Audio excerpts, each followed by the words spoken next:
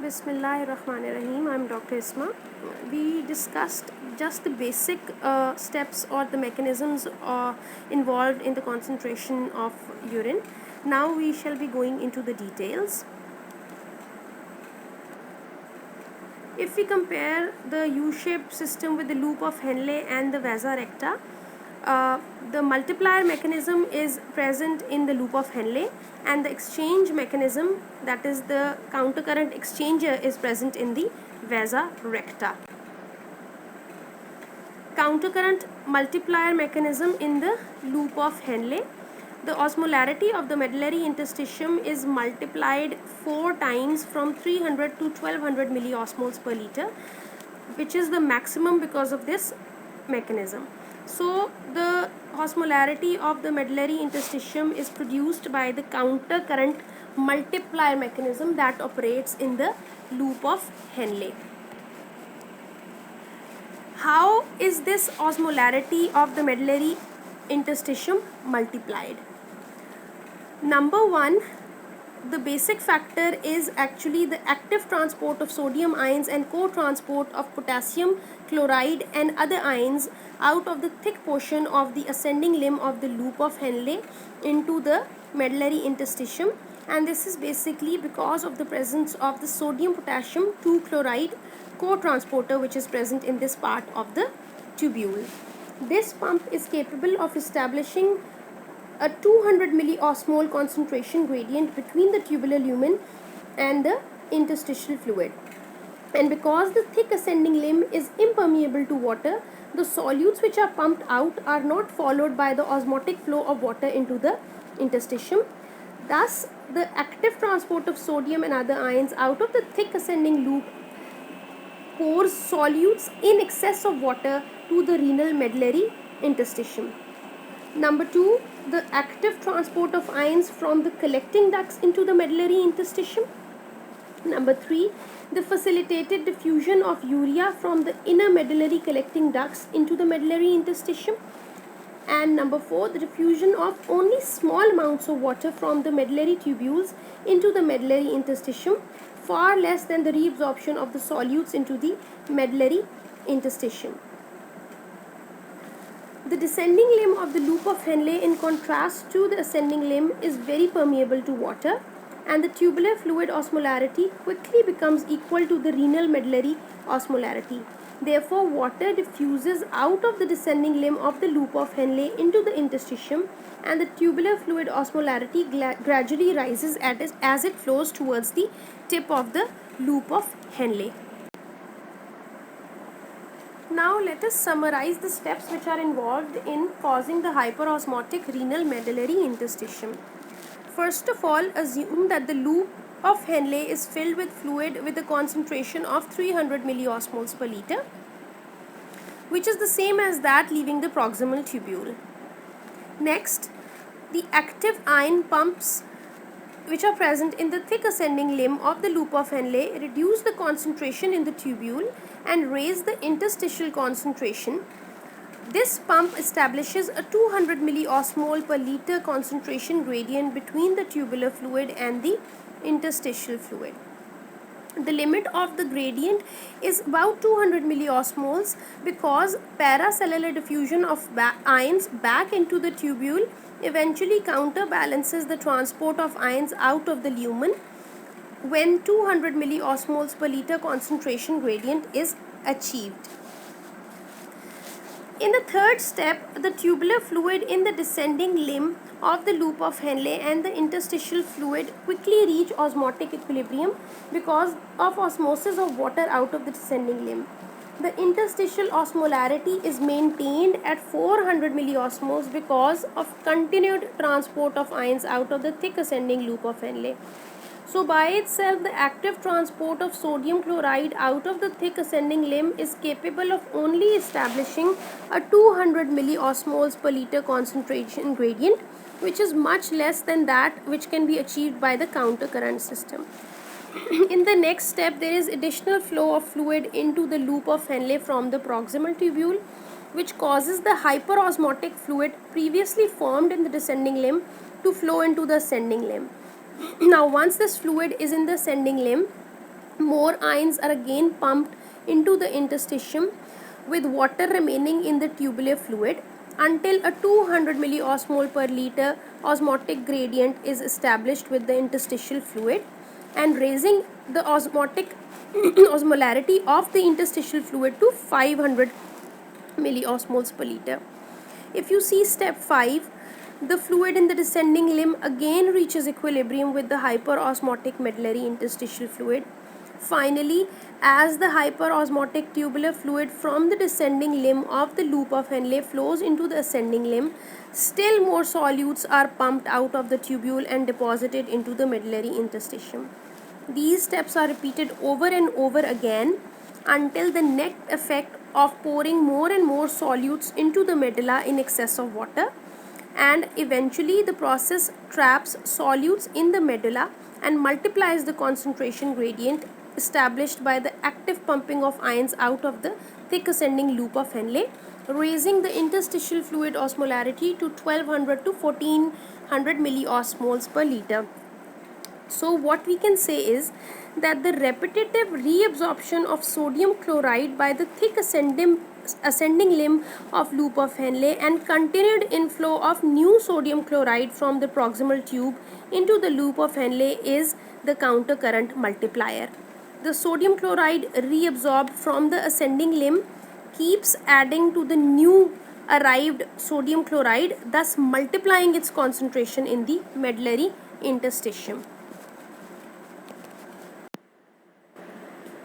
This is a figure which is showing the steps in the formation of the concentrated urine when ADH levels are high. As you can see that when the glomerular filtrate enters into the proximal tubule, there is active reabsorption of sodium chloride from the tubule, and this is followed by osmosis of water, and by the time that the fluid reaches the descending limb of the loop of Henle, it is isoosmotic with plasma. Now as it moves down into the descending limb, this part of the nephron is permeable only to water, and because there is a high osmotic gradient created as a result of pumping of sodium chloride and potassium by the ascending limb, the water from the descending limb moves out into the interstitial renal interstitium, where it is basically carried away by the peritubular capillaries. Now the fluid inside the tubular lumen becomes hyperosmotic, and by the time it reaches to the tip of the loop of Henle, it is about 1200 milliosmoles per liter. Now with fluid with this large amount of solutes moves into the ascending limb, and again because of the presence of sodium potassium 2 chloride transporter, the large amount of solute is pumped into the renal interstitium, and the fluid when reaches the distal tubule is has an osmolarity of 100 milliosmoles per liter, meaning this is dilute urine. So whether or not ADH levels are high, the fluid by default when reaches the end of the distal tubule is always going to be dilute. Now as it moves along the distal tubule, there is more reabsorption of sodium chloride, and further dilution of the fluid occurs, but by the time when it reaches the cortical collecting tubule, and when the levels of ADH are high, which occurs in case of deprivation of water in the body, the cortical collecting tubules become highly permeable to water, so large amounts of water are now reabsorbed from the tubule into the cortical interstitium, and where this water is swept away by the rapidly flowing peritubular capillaries. And the fact that large amount of water is reabsorbed into the cortex rather than into the renal medulla helps to preserve the high renal medullary interstitial fluid osmolarity. Now as the fluid flows along the medullary collecting ducts, there is further water reabsorption from the tubular fluid in the presence of ADH, but the total amount of this water is relatively small as compared to the amount that was absorbed in the cortical interstitium. This reabsorbed water is also carried away by the vasa recta into the venous blood. so that by the time that the fluid reaches the end of the collecting ducts, the tubular fluid, which is by now urine, has a very high osmolarity of 1200 milliosmoles per liter, which is the same as that of the renal medullary interstitium. So by absorbing as much water as possible, the kidneys now form highly concentrated urine and excrete normal amounts of solutes in the urine while adding water back to the extracellular fluid and compensate for deficits of water in the body. So far we have only seen that sodium chloride contributes to hyperosmotic renal medullary interstitium. However, urea reabsorption contributes about 40 to 50% of the osmolarity, which is about 500 to 600 milliosmoles per liter of the renal medullary interstitium when the kidney is forming a maximally concentrated urine. Unlike sodium chloride, the urea is passively reabsorbed from the tubule. When there is water deficit and when the blood concentration of ADH is high, large amounts of urea are passively reabsorbed from the inner medullary collecting ducts into the renal interstitium. Now, the mechanism for reabsorption of urea into the renal medulla is as follows. In the proximal tubule, 40 to 50% of the filtered urea is reabsorbed. But even so, the tubular fluid urea concentration increases because urea is not nearly as permeant as water. The concentration of urea continues to rise as the tubular fluid flows into the thin segments of the loop of Henle, partly because of water reabsorption out of the descending limb and also because of the secretion of urea into the thin limb from the medullary interstitium. This passive secretion into the thin limb of the loop of Henle is facilitated by urea transporter UTA2. Now, the thick limb of the loop of Henle, the distal limb, distal tubule, and the cortical collecting tubules are relatively impermeable to urea, and very little urea and almost no urea reabsorption occurs in these tubular segments. When the kidney is forming concentrated urine and the levels of ADH are high, the reabsorption of water from the distal tubule and the cortical tubule further raises the concentration of urea in the tubular fluid. As this urea in high concentration flows into the inner medullary collecting duct, the high tubular fluid concentration of urea and specific urea transporters UTA1 and UTA3, out of which UTA3 is activated by ADH, cause urea to diffuse into the medullary interstitium. A moderate share of this urea then moves into the medullary interstitium eventually again diffuses into the thin loop of Henle and then passes upward through the ascending loop of Henle, the distal tubule and the cortical tubule, and back into the medullary collecting ducts again. In this way, the urea can recirculate through these terminal parts of the tubular system many times before it is excreted, and each time around the circuit it contributes to a higher concentration of urea. This urea recirculation provides an additional mechanism for forming a hyperosmotic renal medulla because urea is one of the most abundant waste products that must be excreted by the kidneys. So this mechanism for concentrating urea before it is excreted is essential to the economy of the body fluids when water is in short supply. When there is large amounts of water in the body, urine flow rate is usually increased, and so the concentration of urea in the inner medullary collecting ducts is reduced, causing less diffusion of urea into the renal medullary interstitium. Also, when large amounts of water are present, ADH levels are reduced, so there is decreased permeability of the inner medullary collecting ducts to both water and urea, and more urea is then excreted in the urine. The role of urea in contributing to urine concentratability is shown by the fact that people who ingest high protein diet have a large amount of urea as nitrogenous waste product, and these people can concentrate their urine much better than people whose protein intake and urea production are low. Malnutrition is also associated with a low urea concentration in the medullary interstitium, and this also leads to impairment of the urine concentrating ability. Now, how is the hyperosmolarity, which is created by the counter current multiplier, maintained in the medullary interstitium? The blood flow that must be provided to the renal medulla is very important because it supplies the metabolic needs of the cells in these parts of the kidney. So without a special medullary blood flow system, the solutes which have been pumped into the renal medulla by the counter current multiplier will be rapidly lost. So there are two special features of the renal medullary blood flow which contribute to the preservation of the high solute concentration.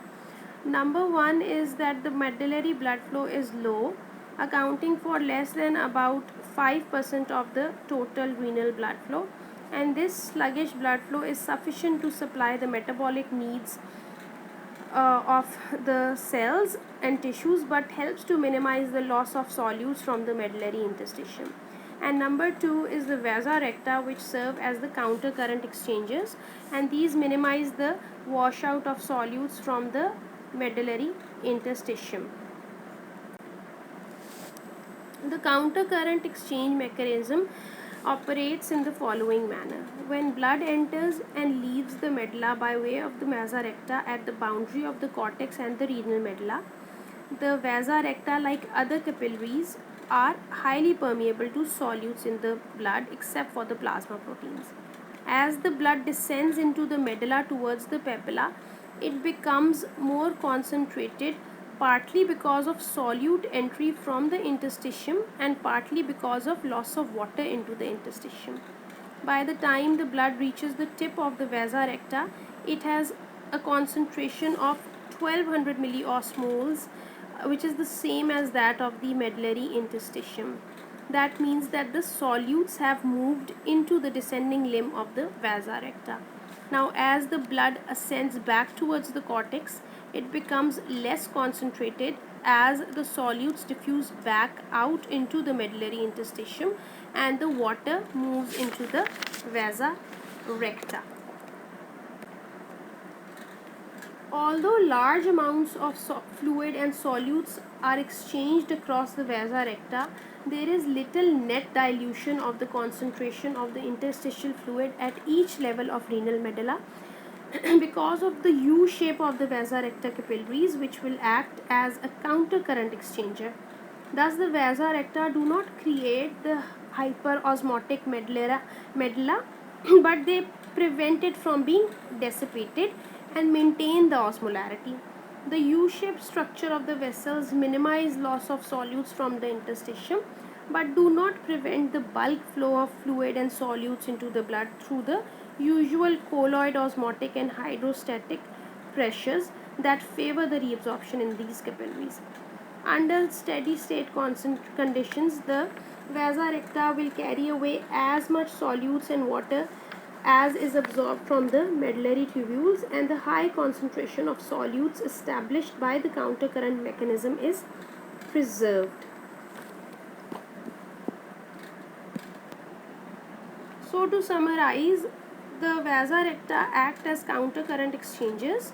In the descending limb, the solutes are added and the blood becomes concentrated. By the time it reaches the tip, the osmolarity of the blood in the vasa recta is 1200 milliosmoles, which is the same as that of the renal medulla. And when the blood ascends back in the vasa recta, the solutes move back into the medullary interstitium and the water is carried away, thereby preventing the dissipation of the solutes in the renal medullary interstitium. If by any chance there is increased medullary blood flow, this will reduce the urine concentrated ability. For example, certain vasodilators can markedly increase the renal medullary blood flow, so they will wash out some of the solutes from the renal medulla and reduce the urine concentrating ability. Also, large increases in the arterial blood pressure can increase the blood flow of the renal medulla to a great extent than in other regions of the kidney, and this will also tend to wash out the renal hyperosmotic medullary interstitium. Thereby, this will also reduce the urine concentrating ability. So the maximum concentrating ability of the kidney is determined not only by the level of ADH but also by the osmolarity of the renal medulla. Even when maximal levels of ADH are present, urine concentrated ability will be reduced if medullary blood flow increases enough to reduce the hyperosmolarity of the renal medulla. When there is a large excess of water in the body, the kidney can excrete as much as 20 liters of dilute urine per day with a concentration of as low as 50 milliosmoles per liter.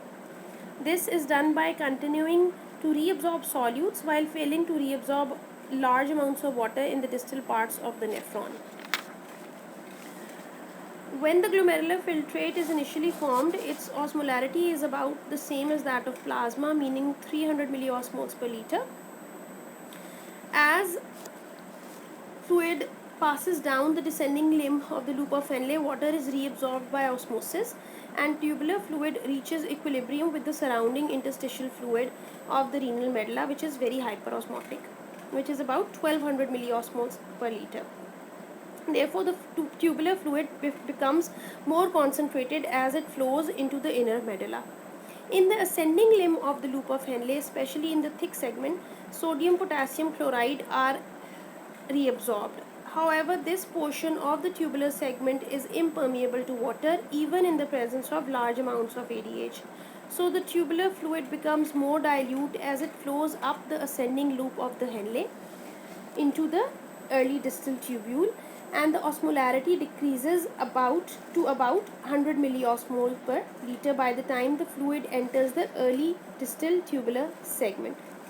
This is regardless of whether ADH is present or absent. So the fluid leaving the early distal tubular segment is hypoosmotic with an osmolarity of only about 100 milliosmoles per liter. As the tubular fluid in the early distal tubule passes into the late distal convoluted tubule, the cortical collecting duct and the collecting duct, there is additional reabsorption of sodium chloride. Now there is large excess of water, so there will be no ADH, and in the absence of ADH, this portion of the tubule is also impermeable to water, and additional reabsorption of solutes causes the tubular fluid to become even more dilute and decreases its osmolarity to as low as 50 milliosmoles per liter. Thus, the failure to reabsorb water and continued reabsorption of solutes leads to large volumes of dilute urine. So, the mechanism for forming dilute urine in summary is to continue reabsorbing solutes from the distal segments of the tubular system while failing to reabsorb water.